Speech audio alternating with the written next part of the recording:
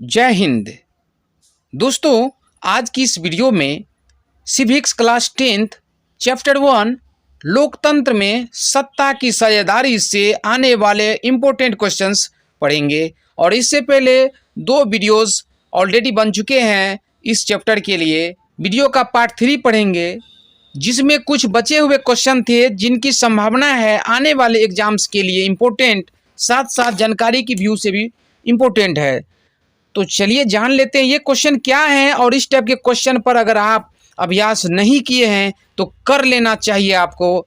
तो क्वेश्चन यह इस प्रकार है, यहाँ पर 4 नंबर में क्वेश्चन है क्योंकि 3 नंबर तक जो है पार्ट 2 में बता दिए थे।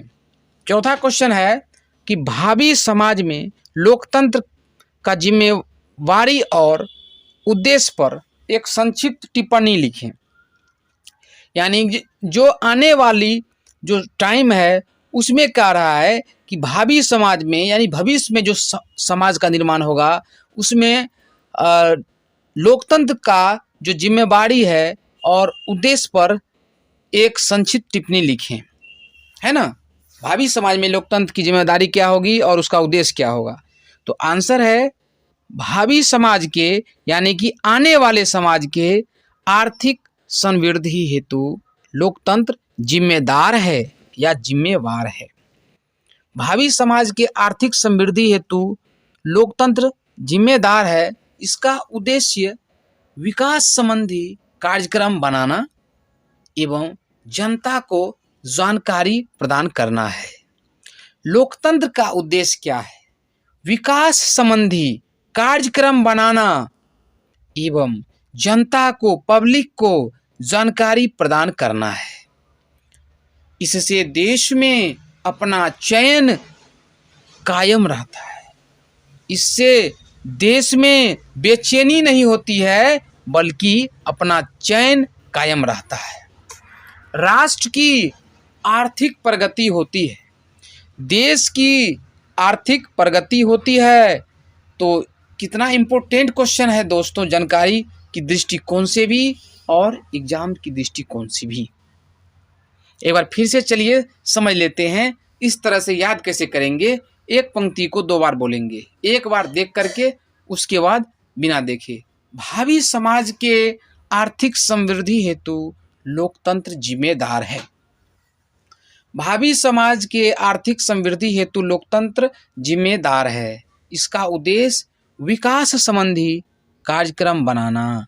इसका उद्देश्य विकास संबंधी कार्यक्रम बनाना एवं जनता को जानकारी प्रदान करना है।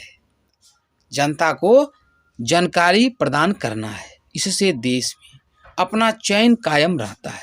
इससे देश में अपना चयन कायम रहता है। राष्ट्र की आर्थिक प्रगति होती है। अब यहाँ पर 5वां प्रश्न है और यह प्रश्न परीक्षा में पूछा गया है क्लास 10th बोर्ड एग्जाम में। तो ऐसे क्वेश्चन दोबारा भी पूछे जा सकते हैं, इसलिए चलिए जानते हैं इसका आंसर। क्वेश्चन क्या है कि भारत में, इंडिया में किस तरह जातिगत असमानताएं जारी है, स्पष्ट करें। भारत में किस तरह जातिगत असमानताएं जारी है, स्पष्ट करें। आंसर होगा कि भारत में जातिगत असमानताएं, अंडरलाइन कर देंगे और नीचे से लिखेंगे जैसे 1 नंबर में, विभिन्न जातियों के लोग एक दूसरे को घृणा की और श्रद्धा की दृष्टि से देखते हैं, क्योंकि नफरत है। विभिन्न जातियों के लोग एक दूसरे को घृणा की दृष्टि से देखते हैं। इसके परिणाम स्वरूप लोगों में असमानता की भावना बढ़ती है। इसके परिणाम स्वरूप लोगों में असमानता की भावना बढ़ती है, एकता की नहीं बल्कि असमानता की। अब नेक्स्ट पॉइंट है, जातिवाद के कारण राष्ट्र के अनेक प्रतियोगी टुकड़ों में, समूहों में बंट जाता है। जातिवाद के कारण राष्ट्र के अनेक प्रतियोगी टुकड़ों में बंट जाता है। उसके बाद तीसरा है, जातिगत असमानता के कारण राष्ट्र की आर्थिक प्रगति में बाधा होती है, रुकावट होती है। और देश की आर्थिक स्थिति कमजोर होने लगती है। इंपॉर्टेंट पॉइंट है, जातिगत असमानता के कारण राष्ट्र की आर्थिक प्रगति में रुकावट होती है और इसी कारण कोई भी देश गरीब हो जाता है। एक और इंपॉर्टेंट क्वेश्चन है, चलिए जानते हैं, भारत की विधायिकाओं में महिलाओं के प्रतिनिधित्व की स्थिति क्या है? शिक्षा के प्रसार के कारण हुए महिला आंदोलन के कारण भारत में महिलाओं को सत्ता में प्रतिनिधित्व मिलने लगा है। किसको?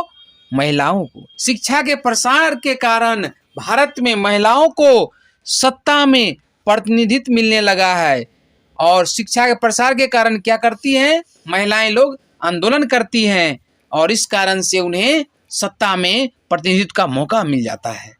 फिर भी महिला प्रतिनिधियों की संख्या संतोषजनक नहीं है। फिर भी लेडीज रिप्रेजेंटेटिव्स की संख्या संतोषजनक नहीं है। क्यों?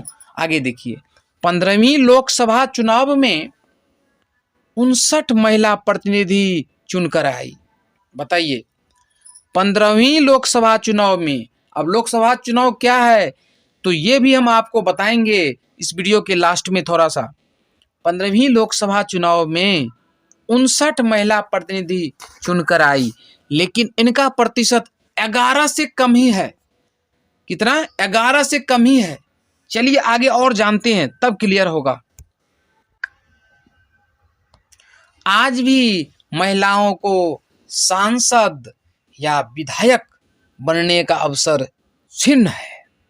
आज भी महिलाओं को सांसद या विधायक बनने का अवसर छीन है।